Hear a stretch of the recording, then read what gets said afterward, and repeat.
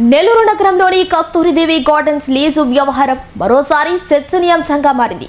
తనకు 2029 వరకు చెల్లుబాటు అయ్యే లీజు ఒప్పందం ఉన్నప్పటికీ ఖాళీ చేయాలని ఒత్తిడి చేస్తున్నారని లీజు నిర్వాహకుడు ఊటుకూరు వెంకటేశ్వరరావు ఆరోపించారు. ఈ వ్యవహారంలో హైకోర్టు స్టేటస్ కో ఇచ్చిందని పేర్కొంటూ తాను చేసిన భారీ పెట్టుబడులు పలువురికి కల్పిస్తున్న ఉపాధిని దృష్టిలో ఉంచుకుని లీజు గడువు పూర్తయ్యే వరకు కొనసాగించేందుకు ప్రభుత్వం ఎండోమెంట్ శాఖ జోక్యం చేసుకోవాలని విజ్ఞప్తి చేశారు.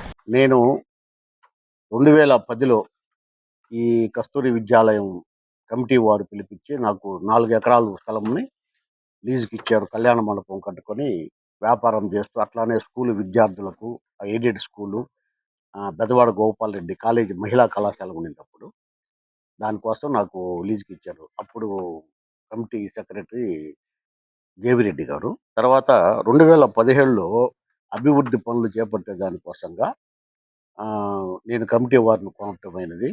వారు కూడా దానికి సమ్మతించి నాకు 2029 దాకా 2019 నుంచి 2029 దాకా లీజు గడువుని పెంచి రిజిస్టర్ లీజ్ డీ డాక్యుమెంట్ ఇవ్వడం జరిగింది. అట్లానే రెంటల్ కూడా పెంచారనమాట. 2018లో కస్తూరిదేవి విద్యాలయ కమిటీ మార్పు జరిగింది. అప్పుడు వేరే కొత్త కమిటీ వచ్చినారనమాట. వాళ్ళు వచ్చి ఇప్పుడు మీరు చూస్తున్న జీవికే స్కూలు కట్టేదానికి అప్పుడు ఆ ప్లేస్ కూడా దీంట్లోనే ఉండేది నాకు ఇచ్చిన లీజులో. సరే స్కూల్ మంచి కోసం అని చెప్పి నేను కూడా దాన్ని అంగీకరించి ఆ సైట్ వాళ్ళకి ఇచ్చి నేను పక్కన స్థలం తీసుకున్నాను. స్వచ్ఛందంగానే ఇచ్చాను. అప్పుడు వాళ్ళు నాకు 2029 దాకా నా లీజుని పొడిగిస్తాం, అట్లానే ఉంచుతామని చెప్పి ఫస్ట్ 2024 దాకా, తర్వాత 2026 దాకా ఇచ్చి ఇప్పుడు నన్ను ఖాళీ చేయమంటున్నారు. నేను 2017లో ఎప్పుడు అభివృద్ధి పనులు దీన్ని మాడిఫై చేయటం అప్పుడు నేను 4 కోట్ల రూపాయలు ఖర్చు పెట్టి దీన్ని ఏసీగా మొత్తం అందంగా తీర్చిదిద్దడం జరిగింది. సో నాకు నా మధ్యలో కరోనా కూడా 2 సంవత్సరాలు నాకు వెళ్ళింది. అని సదరు కమిటీని ఇప్పుడున్న కమిటీని అడిగాను నా లీజ్ టైం నాకు ఇవ్వమని. ఈ లోపల 59 పిల్ ఒకటి హైకోర్టులో దాఖలైంది. ఇది ఎండోమెంట్ వారి స్థలము. ఎండోమెంట్ శాఖ విచారించి చట్ట ప్రకారం తిరిగి చర్య తీసుకోవాలని ఒక పిల్లు వేశారు. అదే అంశాన్ని నేను ఇప్పుడు హైకోర్టులో ఒక రిట్ 18360 రిట్ ఒకటి వేసి, సార్ ఇది కమిటీదే లేదు ఎండోమెంట్దా అని పరిశీలించుకున్నాను. సదరు శాఖ పరిశీలించి జడ్జి వారు ఒక ఆర్డర్ అయితే ఇచ్చారు.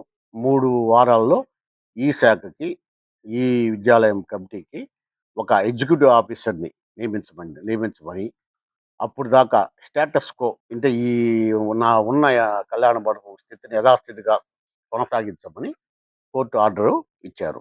అందుకని నేను ఈ విద్యాలయ ఆస్తిని 2029 దాకా నా లీజ్ హక్కులో ఉన్న కళ్యాణ మండపాన్ని పరిరక్షించి ఎటువంటి అక్రమ జోక్యాలు, ఆక్రమణలు, కూల్చివేతలు జరగకుండా తగిన రక్షణ కల్పించాలని మన గౌరవ జిల్లా కలెక్టర్ గారికి, అట్లానే మన పోలీస్ సూపరింటెండెంట్ గారికి, ఎండోమెంట్ శాఖ వారికి, అట్లానే మన ఎండోమెంట్ మంత్రి గారికి అందరికీ హృదయపూర్వకంగా కోరుకుంటున్నాను. అలాగే ఈ హైకోర్టు ఉత్తర్వులను అందరూ గౌరవించి స్థలాన్ని తమ చేతుల్లోకి తీసుకోకుండా న్యాయస్థాన ఆదేశాలకు అనుగుణంగా వ్యవహరించాలని, నా యొక్క పాత ఏదైతే లీజు హోల్డ్ 2029 దాకా ఉందో ఆ 29 దాకా నా లీజుని కంటిన్యూ చేయమని చెప్పి మెయిన్ విన్నపము. దాన్నే నేను కోర్టు వారిని కూడా కోరడమైనది. దాంతోపాటు నేను 2018లో 40 లక్షల రూపాయలు దీనికి సంబంధించి మున్సిపాలిటీకి కూడా అన్ని ట్యాక్సులు అన్నీ కలిపి నేను డబ్బులు కూడా కట్టి ఉన్నాను. సో వాళ్ళ అనుమతి కోసం అన్నీ కట్టాను. వాళ్ళు ఓకే అన్నారు. నా 4 కోట్ల రూపాయలు పెట్టుబడి పెట్టి నేను మధ్యలో కరోనా వచ్చి ఏమీ దీని మీద సంపాదించుకోలేని నష్టపోతున్నాను. కాబట్టి నా పాత లీజు 2029 దాకా ఏది ఉందో ఆ లీజుని కోరడమైంది. అటు కమిటీ వారిని కానీ ఇటు కోర్టు వారిని కానీ నేను కాబట్టి నా 2029 దాకా నా లీజుని కంటిన్యూ చేయమని కోరుతున్నాను. Narayana educational institutions Nellore. NEET 2025లో కేవలం నెల్లూరు నారాయణ మెడికల్ అకాడమీ నుండి జాతీయ స్థాయి ఓపెన్ కేటగిరీలో 1000 లోపు 9 ర్యాంకులు సాధించడంతో పాటు 397కు పైగా మెడికల్ సీట్లు సాధించి మరే ఇతర విద్యా సంస్థలు అందించలేని ఉత్తమ ఫలితాలు అందిపుచ్చుకున్నారు. నీట్ లాంగ్ టర్మ్ బ్యాచ్ కు జూలై 13 నుండి క్లాసులు ప్రారంభం. సంప్రదించండి నెల్లూరు నారాయణ మెడికల్ అకాడమీ.